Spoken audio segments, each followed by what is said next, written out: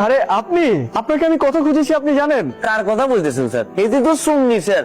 এটি আরো বর্তমানে চোখ ফাঁকি দি বাসা সাজাতে যায় খাবার দিচ্ছে স্যার। এটি তো সারান যাইতো না। কোন দিক থেকে মনে ওনাকে চোর মনে হয়? চেহারা দেখলে বোলাবালা মনে হইলে এটি আসলে বোলাবালানো স্যার। লাদা মাছটা উল্টাই খাই দেওয়ার এরকম একটা মুখ করে রেখেছি। এটি স্যার এক নম্বরে শুনি। আজ যা স্যার পরিমল যদি না থাকতো আমি তো স্যার এটি দেখতে পাইতেন না। মাইয়া তো কোনো কথা কয় না। তুমি যখন ডিউটিতে থাকো তখন তো একটা কাকপক্ষী ঢুকতে পারে না। এখন তুমি ডিউটিতে থাকতে একটা সুন্দরী মেয়ে বাসায় ঢুকে ছাদে ঘোরাঘুরি করে, তারপর আবার সুন্দর করে তোমার অজান্তে বেরোয় চলে যায়। এটা তো মনে হয় বাড়িওয়ালা জানে না, তাই না? তাহলে আমি এক কাজ করি, তার একটা কল দিই। কল দেওয়ার দরকার নেই স্যার। আমি গরিব মানুষ স্যার, আমি অল্প বেতনে চাকরি করি স্যার। আমি দুইটা বাচ্চা স্যার গ্রামে স্যার। ম্যাডাম যদি এখন জানে স্যার হেডের তো লাথি মারি আরে বাইরে করে দিবে স্যার। আরে তুমি এক কাজ করো, আপাতত এই আপদকে আমার হাতে তুলে দাও, আমি দেখতেছি কি করা যায়। হ্যাঁ, আর আশেপাশের নানান মানুষজন যে আছে তারা যদি জানে এদিকে একটা মেয়ে মানুষ তুমি আটকে রাখছো, তোমার ব্যাপারে কি রটাইবো তুমি বুঝতেছো? ওই গাঙ্গের কুড়াইতে উজানে তুলি লাভ নাই, যার বিপদে সামলাক বুঝছো। এই ওকে ছাড়ো, আমি থাকতে কোনো টেনশন নাই। আপনি আসেন, চলেন আপনাকে আগে দিই। আমি আদনান, আপনি? সুপ্রিয়া।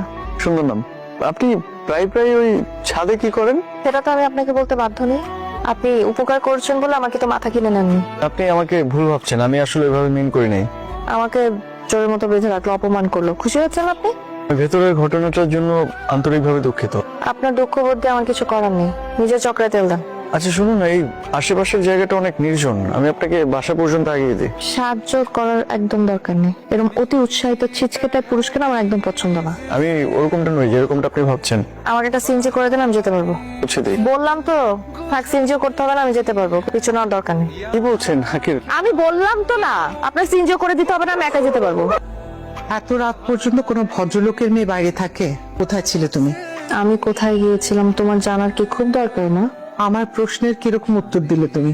কি বলছো তুমি বুঝতে পারছো? বুঝতে পারছি না, বুঝতে চাচ্ছিও না। আমার এই একাকী জীবনের অন্তহীন দুঃখটা না মা, আমার জীবনটাকে না অর্থহীন করে দিয়েছে। আমি তোর জীবনটাকে গোছানোর চেষ্টা করছি, তোর বিয়ে দেওয়ার চেষ্টা করছি, পাত্র দেখছি। এত রাত পর্যন্ত বাইরে থাকলে লোকে কি বলবে?